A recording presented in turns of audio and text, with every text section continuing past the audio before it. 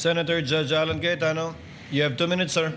You may proceed when you're ready. Mr. Presiding Officer, dear colleagues, susundan ko lang po yung kay Senator Risa, Senator Judge Risa at Senator Judge JV at yung ibang nagtanong sa admission against interest. You stated this already, but just for the record, you viewed the whole video, right? The whole 2-hour video. The November 23, Yes.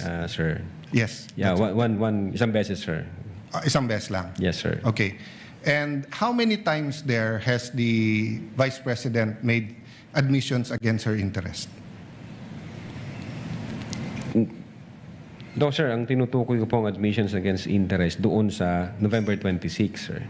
No, sabi mo yung November 23 din na ayaw ng defense gamitin contracted. So yung kinausap is also an admission against her interest, di ba? Di, sir. Ang sinasabi ko pong admissions against interest, yung November 26 video po, sir. Na sinasabi niyang totoo yun at hindi niya Yes, sinasabi. sir. Okay. Opo. So, doon sa November 23, may nakita ka doon na admissions against interest? Insofar as I'm concerned, na nireiterate niya.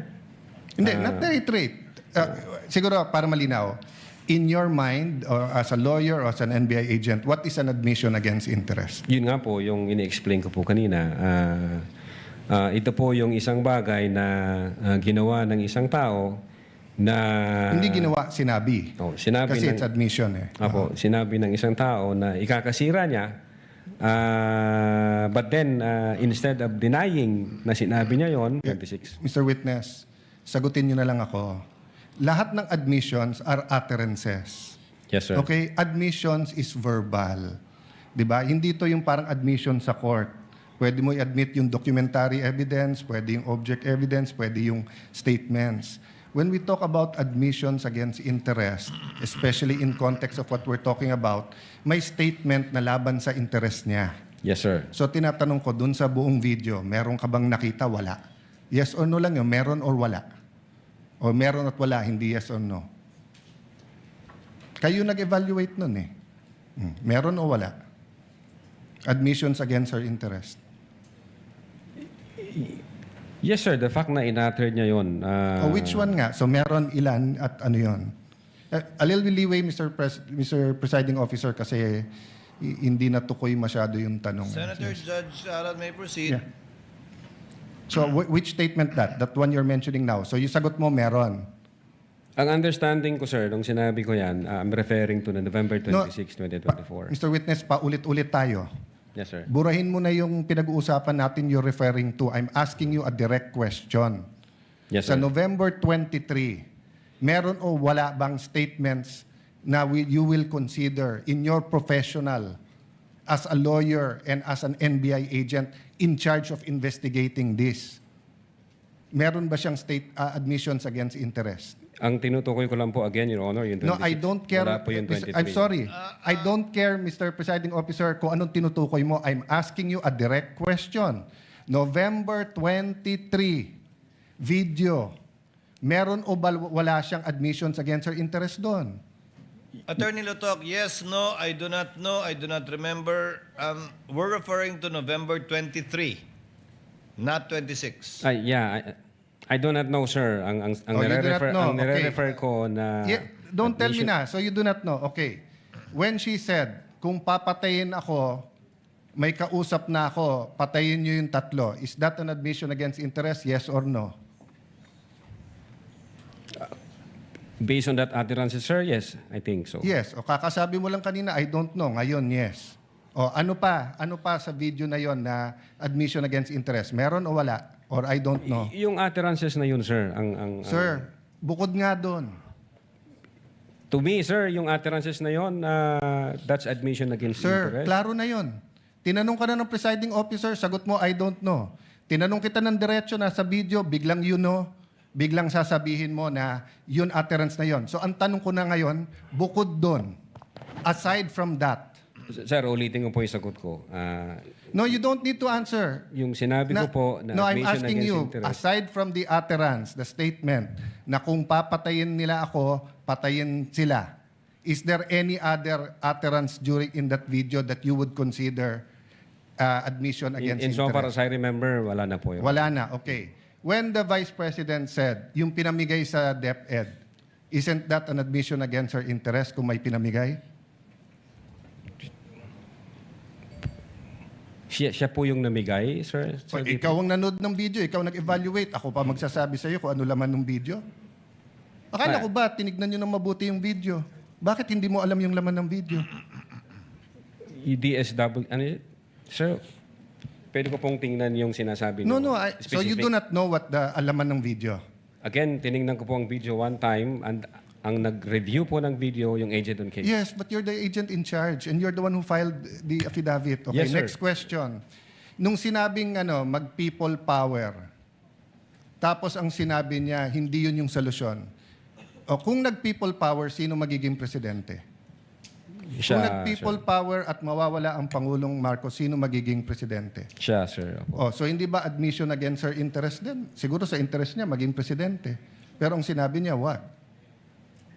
I think so, sir. Okay. So I mentioned 3. So my next question. When you have an admission against interest, do you take the whole admission or you can cut it up into parts? Again, Your Honor, yung If my admission against interest is 1 sentence or 1 paragraph or 3 sentences, can you take 1 sentence and say yun lang yung admission and the 2 other sentences are not?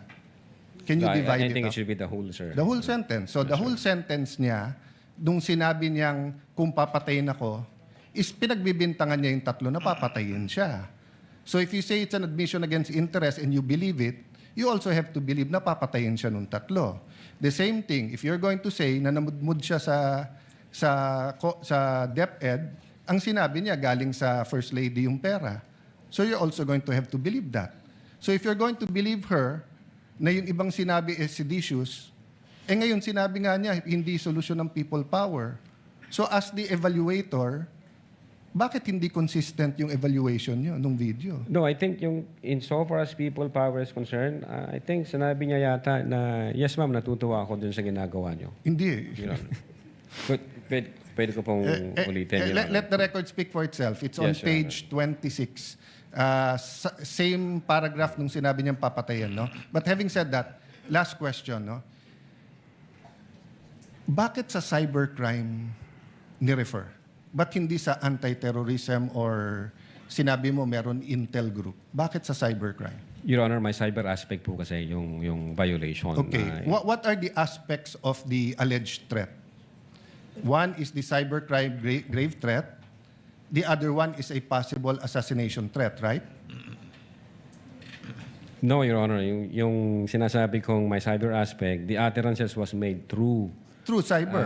And by- the utterance, in accordance with you, constitute grave threat. Yes, sir. But if she meant it, and if it is true, and if it is accurate, it's also an assassination plot, isn't it? Kung totoo yung utterance niya, napapapatay kita, may kausap na ako, hindi ba assassination plot yun? Maybe, sir, yes. No, hindi maybe. NBI kayo nag-ano eh. May nagsabi sa presidente, papatayin kita. How much plain can that be as an assassination plot? That's why, sir, may validation process. That's sir. why may validation. Kaya yung tanong ko, ano ba mas mabigat, yung assassination plot o yung cyber aspect? No, Your Honor. No, diretso yung tanong. Hindi no. Anong mas mabigat? It's a direct question. If you were NBI director now or whatever, you were PNP chief, dalawang iniimbestigahan mo, yung cyber aspect na pwedeng cyber libel, pwedeng grave threat, at yung assassination plot, ano mas mabigat sa dalawa? Ano yung prioritize mo?